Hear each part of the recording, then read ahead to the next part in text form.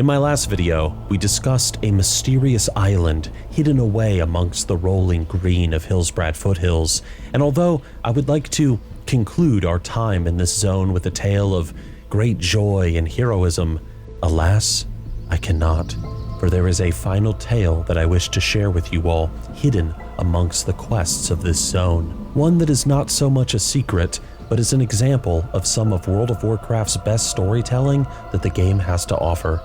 So come with me for a final adventure in Hillsbrad, everybody, to a sorrowful and yet curiously inspiring corner of the zone.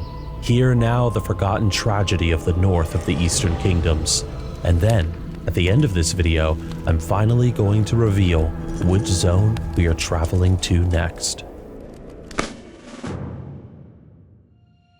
Sometimes in life we are presented with situations where we realize that doing what is good is not always so clear and obvious.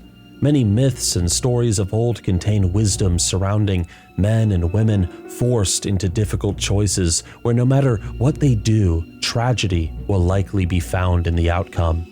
And in Hillsbrad Foothills, as well as some of the surrounding lands, the evidence of such a choice can be found all throughout what was the Kingdom of Alterac. But in order to properly explain what happened here, the choice that was made that damned so many, I must take you all back into the past to the conclusion of the Second War.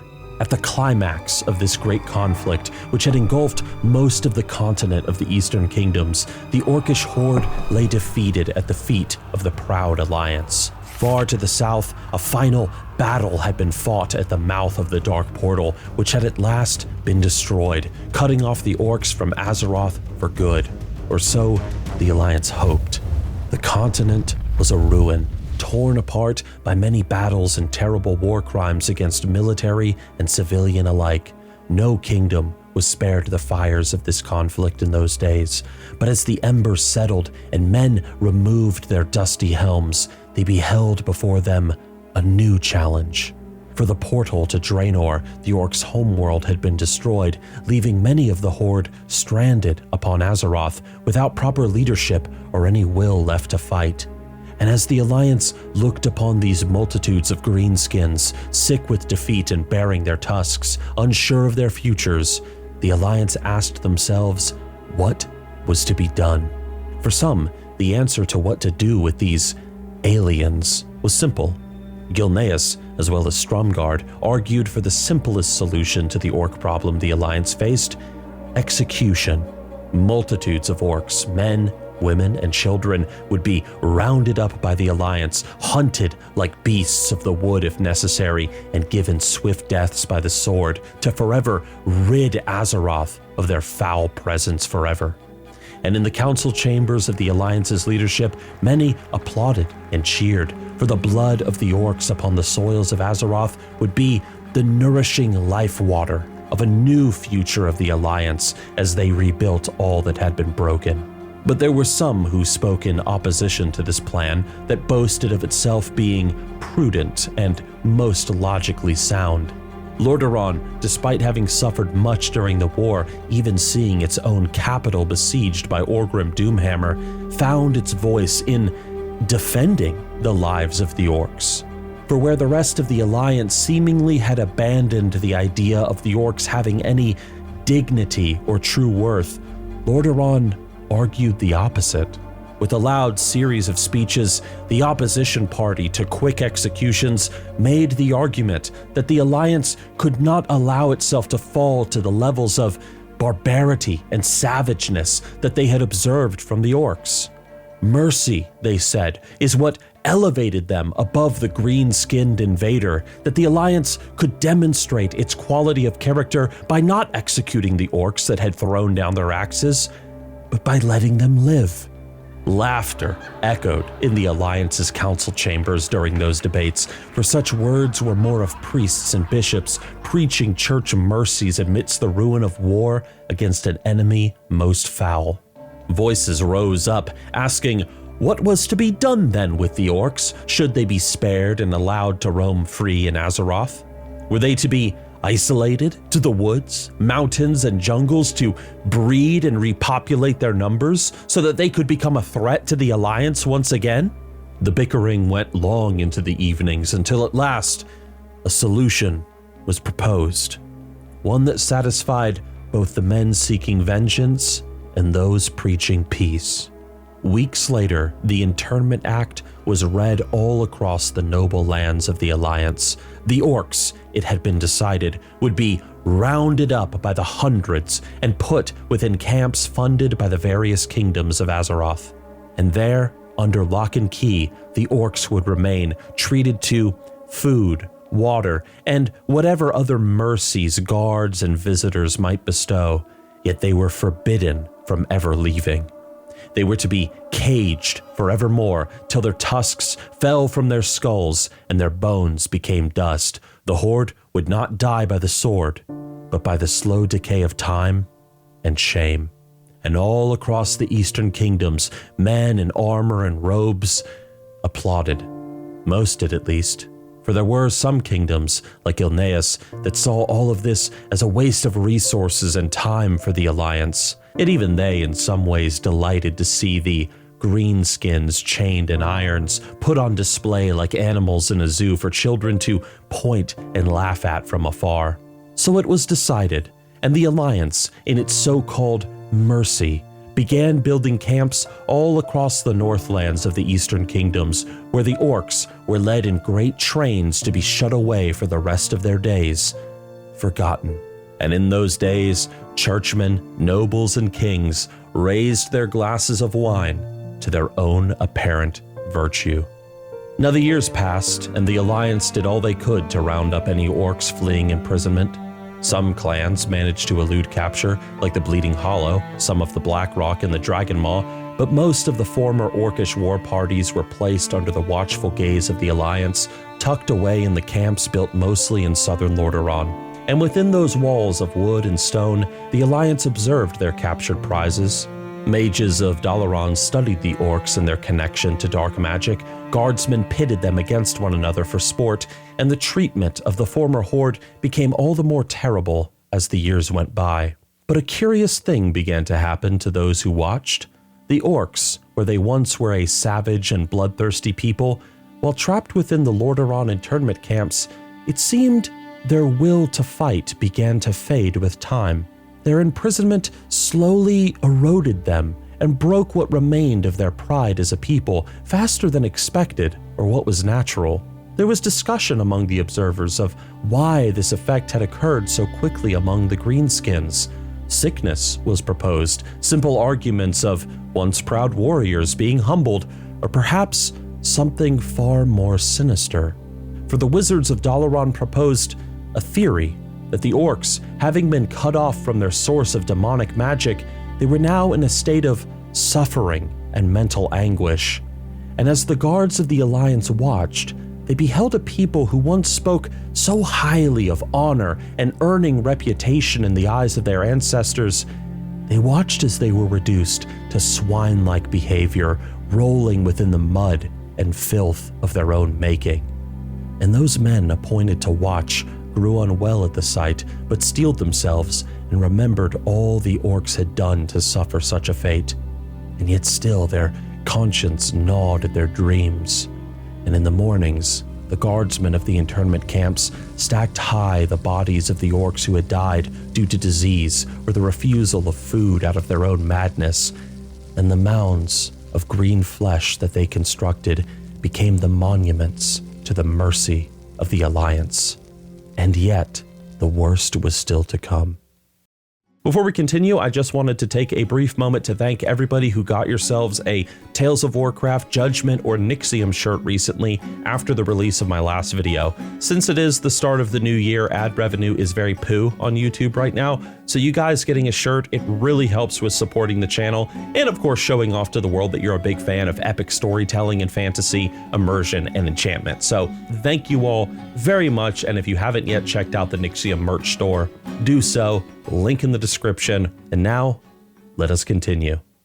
With the stage now set and the conditions of the camps firmly established, we now must turn our gaze away from councils and kingdoms and towards a single man, one who believed himself cleverer than kings, wiser than priests, and more deserving of dominion than either.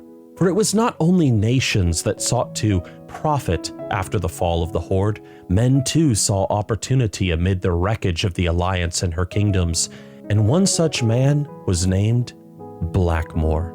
Blackmoore was a man of Lordaeron, a former soldier of the Second War who had risen to the rank of overseer of the entire internment camp system. And he believed himself a realist compared to others. He was a man who understood how the world truly worked beneath the comforting lies of honor and mercy spoken by foolish kings and two-faced priests. To Blackmoore, the orcs, they were a finished race. Their spirits were broken, their bloodlines were fading, their gods, or whatever the hell they once worshipped, they were now silent. And yet, as he oversaw the camps, he came to believe that the Alliance had made a grave mistake, not in sparing the orcs, but in failing to properly use them. And within the high towers of Durnholde Keep, his center of command over all the other internment camps, the one called Blackmoore pondered and searched his mind for how to turn the greenskins' plight into an opportunity for himself. That is when one day, during a hunt amidst the wilderness of Loch Madan, Blackmoore and his traveling companions encountered something curious, hidden among a few dead orcs they had found along their way. From out of the silence of the corpses, there arose a shrill cry and scream, and leaping down from his horse, Blackmoore reached forth and plucked from the dead an infant orc child. The child did not snarl nor bare its tusks. It did not roar in fury or demonstrate any sort of beast-like nature that the other orcs might have. It merely watched the human, who held it with wide eyes, uncomprehending, as though the world had already exhausted all the terror it could offer. And in this child's eyes, Blackmoore beheld at last the opportunity he had been hoping for. His men, however, hearing the cries of the infant in their master's arms, they drew their steel, wanting to put an end to the babe's life quickly, but Blackmoore forbade it, stating that this small creature would be under his protection henceforth to do with as he pleased. His men, laughing amongst themselves, only shrugged their shoulders, admiring their lord's humorous mercy. But Blackmoore did not spare the child out of any sense of virtue or pity, but out of ambition, an ambition that only increased as the years passed and the child grew in age. In that small orcling, Blackmoore saw the possibility of something unprecedented, a weapon sharpened not by chains alone, but by humanity's superior culture. The child could one day be a leader of the savage orcs, but having been molded by human hands, Blackmoore's hands, the young orc might someday command its kin's obedience, and in doing so, elevate Blackmoore to a position of power unrivaled in the north, the orcs being his own personal army to enforce his will. But what to call such a child?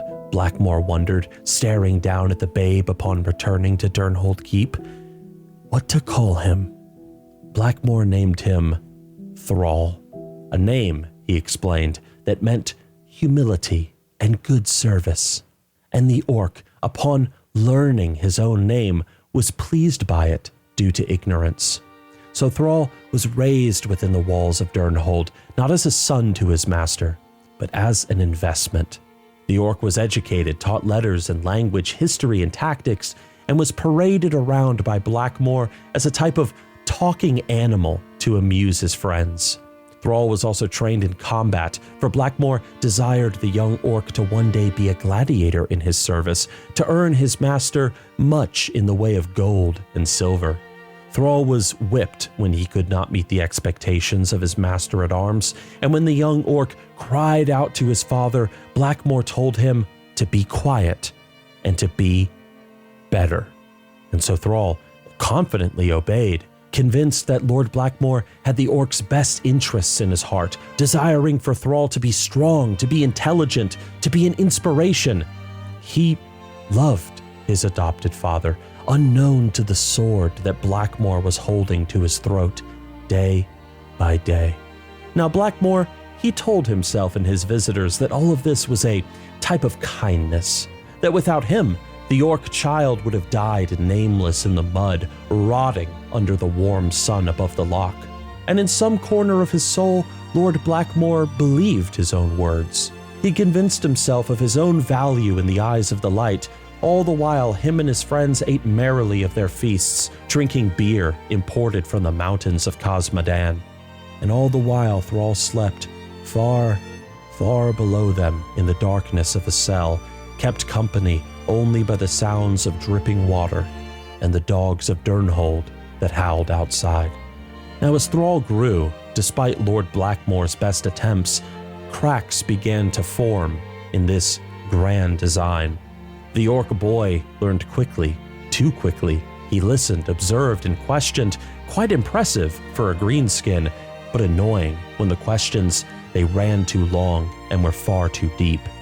And Blackmoore began to note too how Thrall began to stare at the conditions of the internment camps, watching his own people waste away behind wooden palisades, their once mighty warriors reduced to hollow figures lingering into nothingness.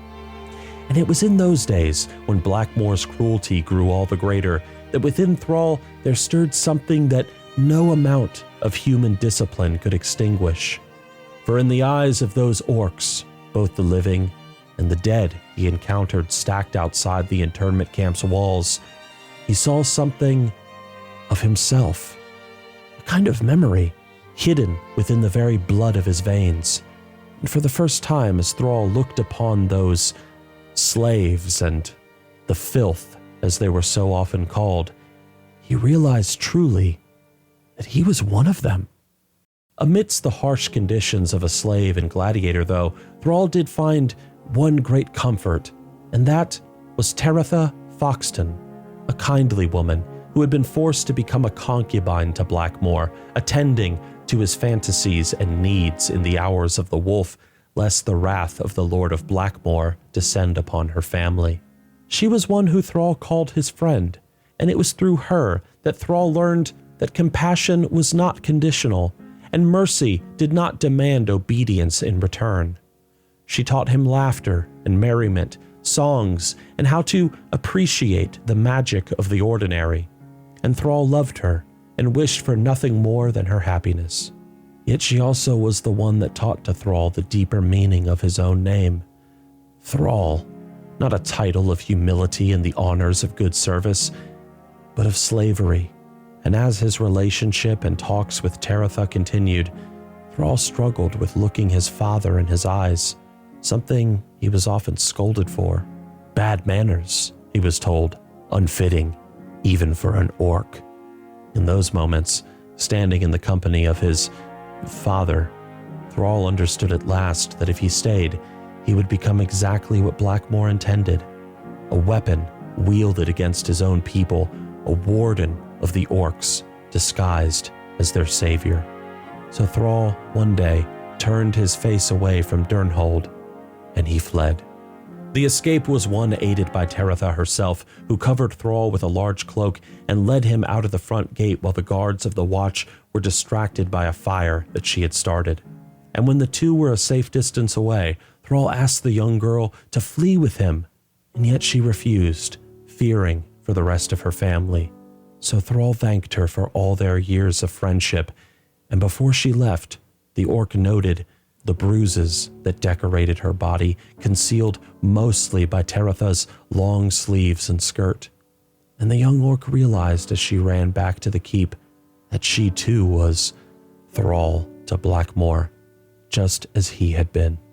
Thrall left Durnholde believing distance might finally sever the chains that still bound him, but instead he found that the world beyond the keep was ruled by the same cruelty, merely dressed up in different colors. Soon after his escape, Thrall was captured and was taken to an internment camp overseen by Lauren Remka, where despair clung to the air as thickly as mud to flesh.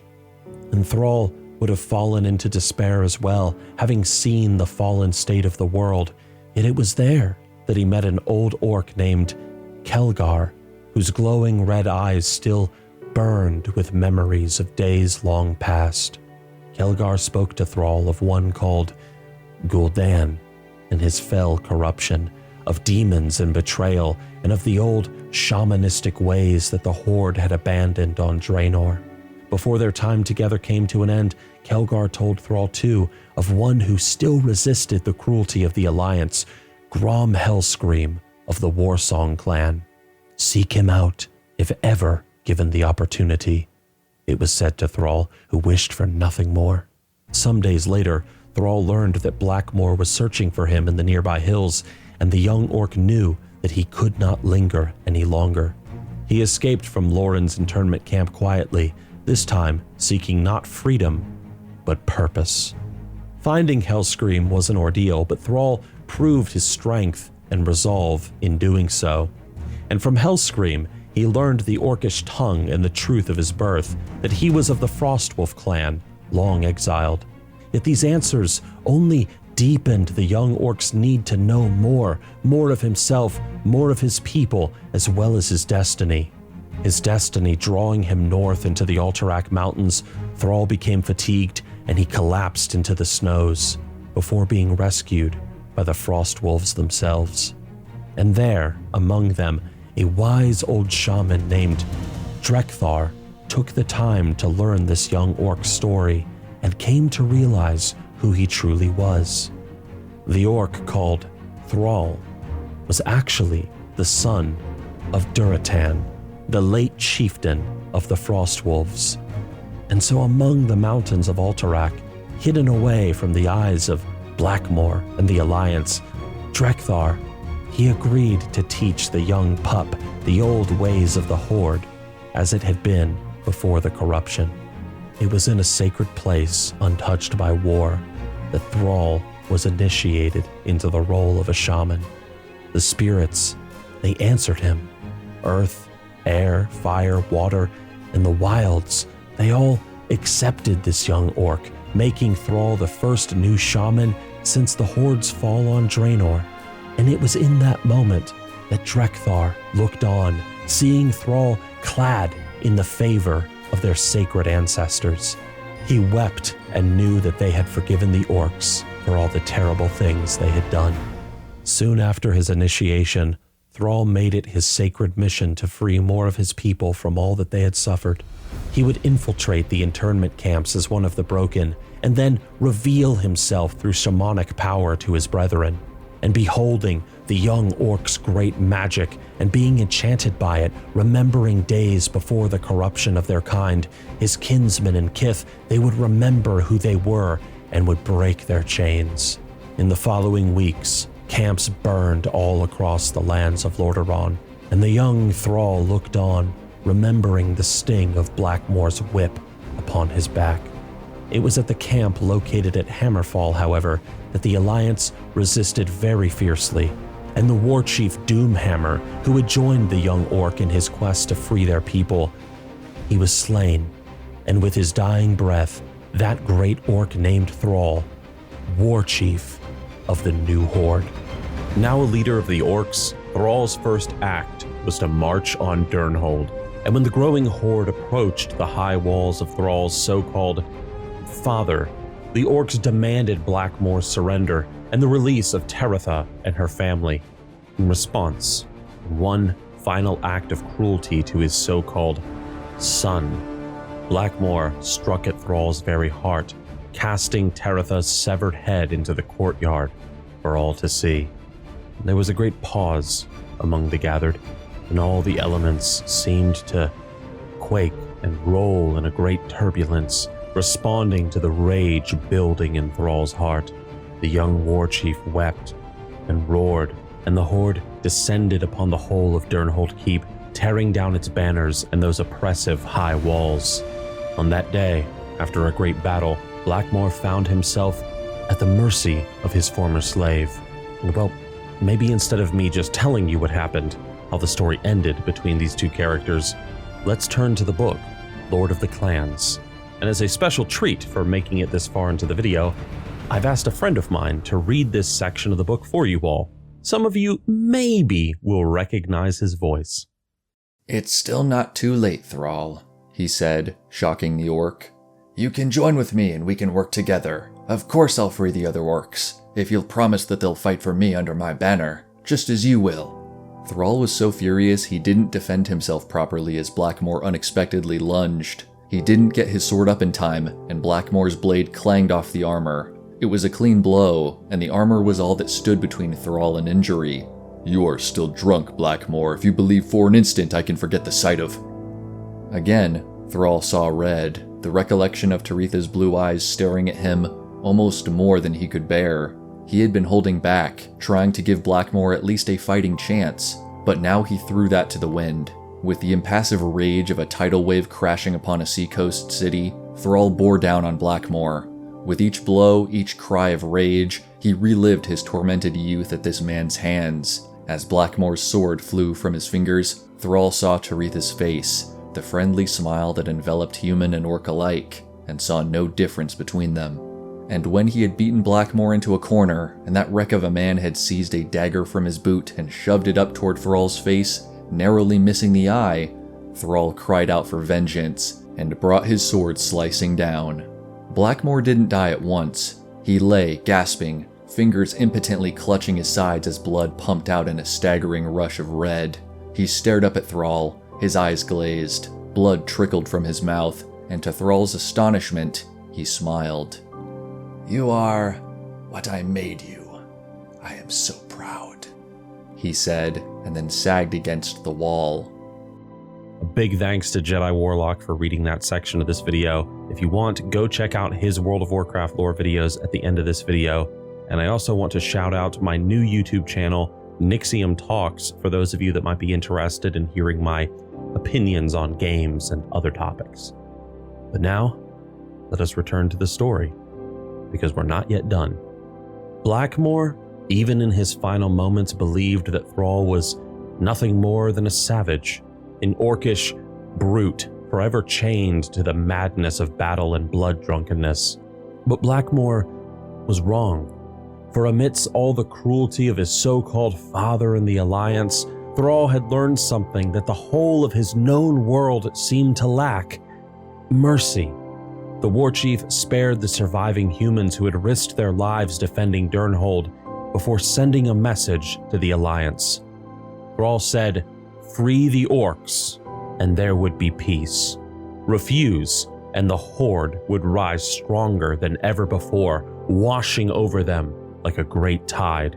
When all was done, and the embers of Durnholde Keep had grown cold, the slave, who had become the war chief of the Horde, called upon the spirit of the earth and shattered what remained of the fortress behind him.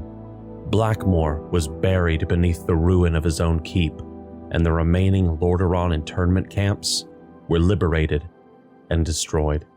So if you ever play Classic WoW and you happen your way into Orgrimmar, you will find Thrall seated upon the high throne of the war chief, having led his people west across the sea to stand even with their former enemies against the might of the Burning Legion. Everybody, this tale that I have told you is one of World of Warcraft's most iconic stories, and yet for many, the fullness of its tale is unknown due to it being contained primarily in the novel Lord of the Clans. Ever since I read this book when I was a teenager, it has always been one of my favorite Warcraft novels, and I believe that it's easy to see why. It contains the horrors that the orcish people had to endure at the hands of the Alliance, as well as the virtue of hope that some of them held on to, that they needed somebody to come and kindle and fully ignite in their once proud hearts. It's a story of a slave discovering who he truly was all along, and a corrupt father and son, master and servant relationship that resembles so much of the abuse that many suffer today. Blackmoore, he frames his cruelty and his manipulation as a kind of love and concern for Thrall's well-being, and the orc, the unknowing victim, he submits to it all in his youth, thinking his father's actions were in his best interests while growing up under his roof. I wonder if any of you have met somebody in your lives who have suffered such a thing as a child or in a relationship. I certainly have, and I wager that many of you have as well. Now, I will also add that I think that I would be doing this story, this tragedy and tale of liberation, a disservice if I did not mention the tale that inspired it. For, as many of you have already likely assumed, the story of Thrall is based very much on one particular individual out of history and his life, Moses, and his people's exodus from slavery in Egypt. Moses is discovered on the banks of the Nile by Egyptian royalty. He's raised in their culture and customs until ultimately he learns of his heritage. He flees, he discovers the God of his people, and he returns to free the people who he spent his whole life looking down on. He leads the Israelites, the former slaves of Egypt, across the Red Sea, where in the desert they wander for 40 years before discovering the land that God had promised them. And like Moses and the Israelites, Thrall too was discovered, raised among the subduers of the orcs, learned of his past, fled, became a shaman after discovering the ancestral power of his people, and returned to the internment camps to free his fellow orcs from bondage. And like Moses too, he led his people across the sea, where they settled in a desert land called Durotar.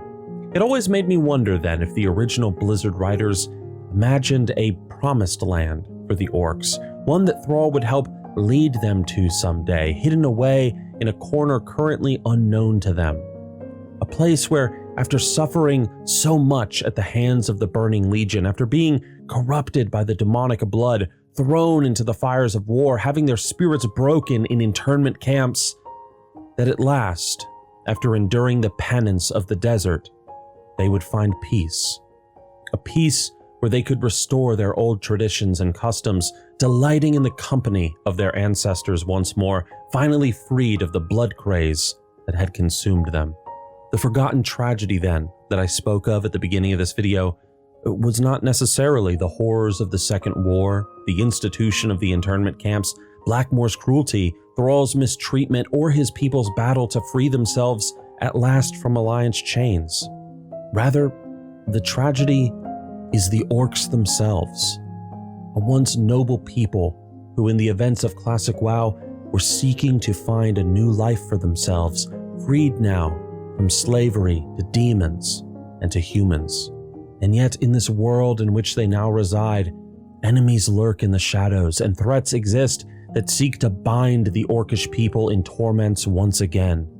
And against those threats, the orcs struggled during the events of classic WoW, their spirits so weary and worn down, and yet unbroken after so much. That is why, at least for me, Durnholde Keep and the internment camps of the north of the Eastern Kingdoms, they remind me of why the orcs are one of my favorite races in Azeroth.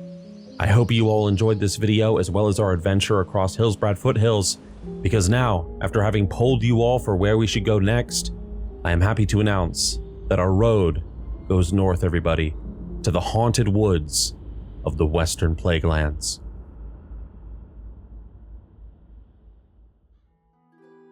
I wanted to give one more big shout out to Jedi Warlock for lending his voice for this video.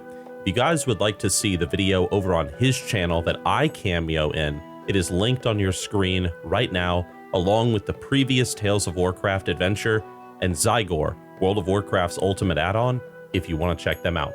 Thanks for watching, everybody.